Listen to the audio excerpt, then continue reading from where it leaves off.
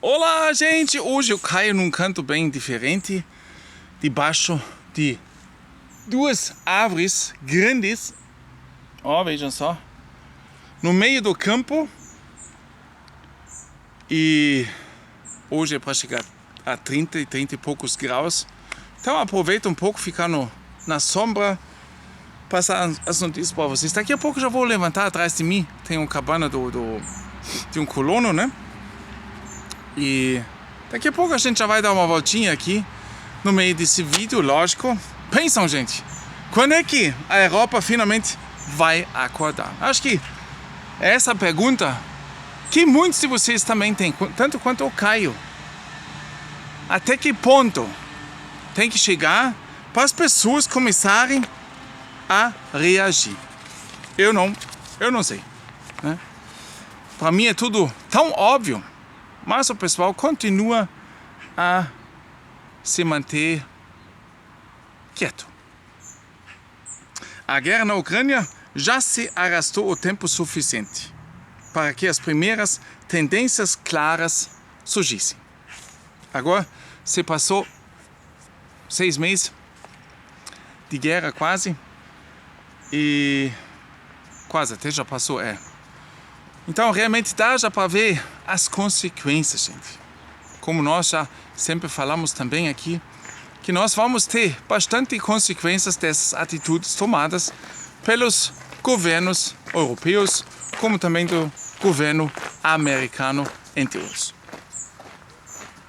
Mas antes de mais nada, nós temos que ver 2 fatos básicos. Putin deve ser condenado por instigar essa guerra, como é praticamente todo líder que instiga a guerra. Condenado pela sua invasão. A gente não pode dizer que isso foi uma coisa legal, né? Mas a OTAN provocou uma guerra com a Rússia ao empurrar incansavelmente sua organização militar para os portões da Rússia, apesar das repetidas advertências de Moscou contra a passagem das linhas vermelhas. Essa guerra não precisava ter sido se a neutralidade ucraniana tivesse sido aceita segundo os moldes da Finlândia ou da Áustria. Em vez disso, o nosso grande irmão exigiu uma clara derrota russa. E nisso também os nossos líderes aqui de diversos partidos também falam ou exigem uma derrota da Rússia. Se fala de uma potência nuclear, né, gente? Mas tudo bem, eles falam o que querem, né? Eles são eleitos e depois esquecem do resto, né? Que trabalham para o povo, que são eleitos pelo povo para trabalhar para o povo. Mas, depois de ser eleito, poucos ainda se lembram desse pequeno detalhe. O que acontecerá a seguir quando a guerra chegar ao fim? Muitos falam disso, né? Muitos já se prepararam através de assumir grandes terras, etc., né? Mas ninguém sabe bem quando. Mas se conversa sobre isso. Ao contrário dos pronunciamentos de Washington, a Rússia provavelmente, pelo tudo que indica, vai vencer a guerra. A Ucrânia está perdendo cada dia que passa mais um pouco. Se a Rússia também sofrerá a longo prazo é questionável, né? As consequências disso tudo a gente vai ver no futuro. Nós, agora no início já sentimos as consequências que, se essa situação continuar, vão ficar mais dramáticos.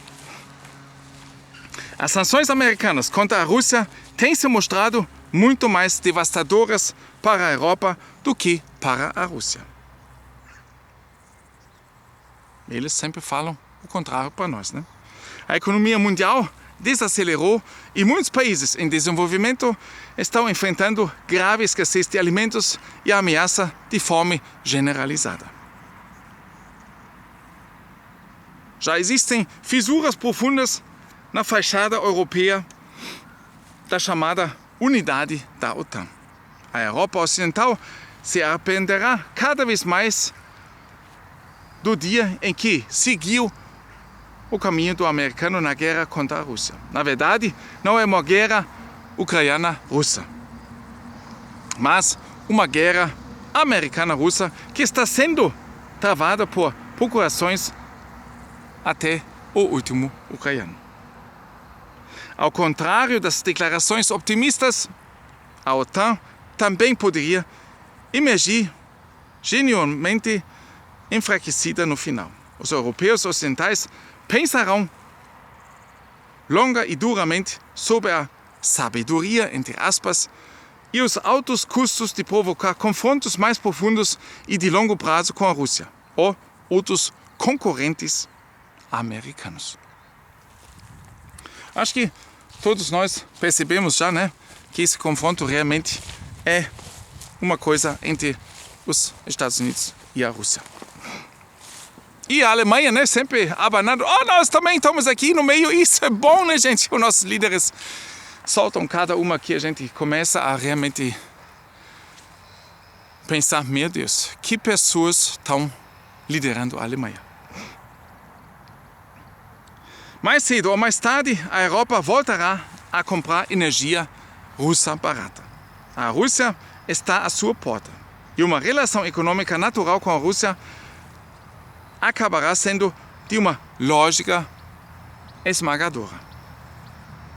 A Europa já percebe os Estados Unidos como uma potência em declínio, com uma visão imprevisível de política externa baseada na necessidade desesperada de se manter a liderança no mundo. A vontade dos Estados Unidos de trazer uma guerra com esse objetivo, entretanto, é cada vez mais perigosa para outros estados.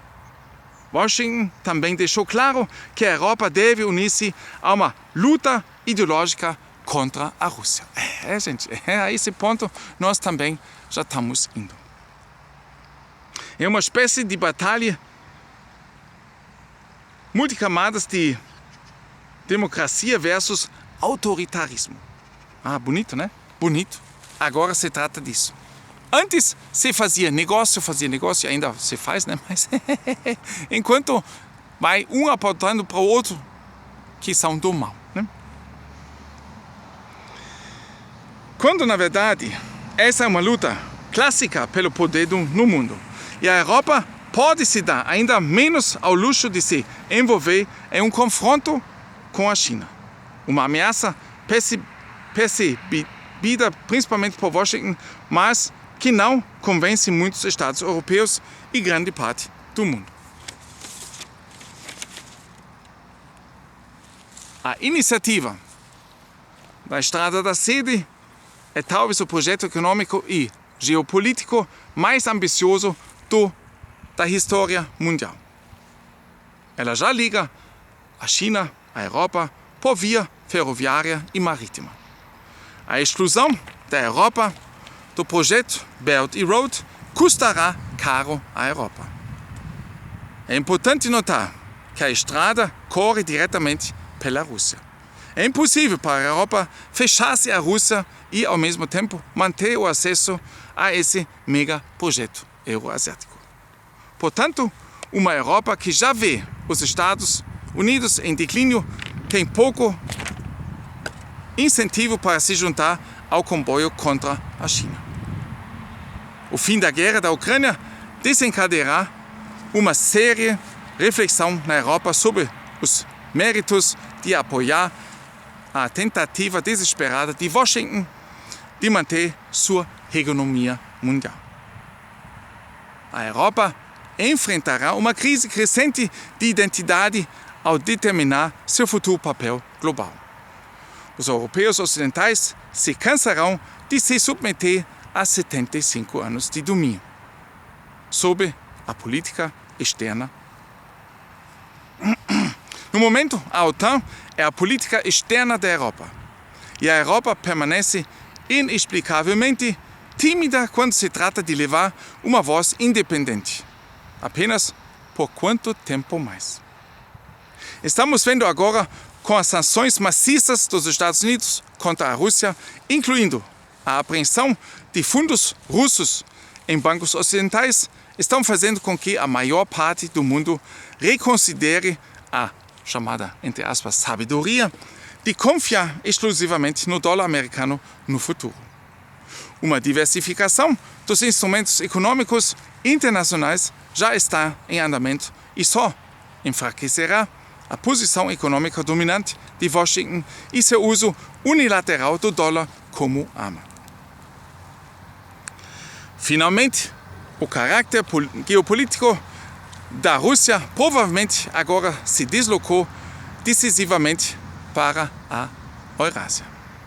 Os russos lutaram durante séculos para serem aceitos na Europa, mas sempre foram mantidos à distância. O Ocidente não irá discutir uma nova arquitetura estratégica e de segurança.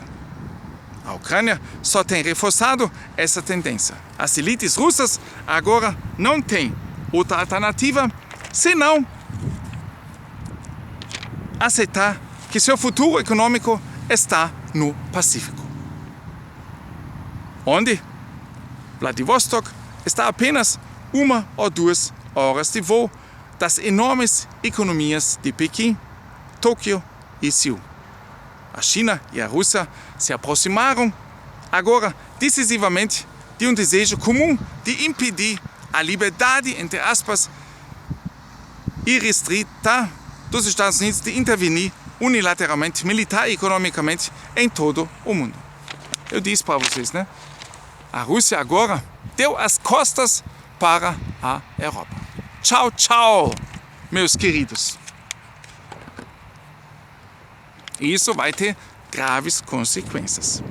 É uma fantasia pensar que os Estados Unidos poderiam dividir a cooperação induzida pelos Estados Unidos, russa e chinês. A Rússia tem brilho científico, energia abundante, minerais e metais raros e ricos, enquanto o aquecimento global aumentará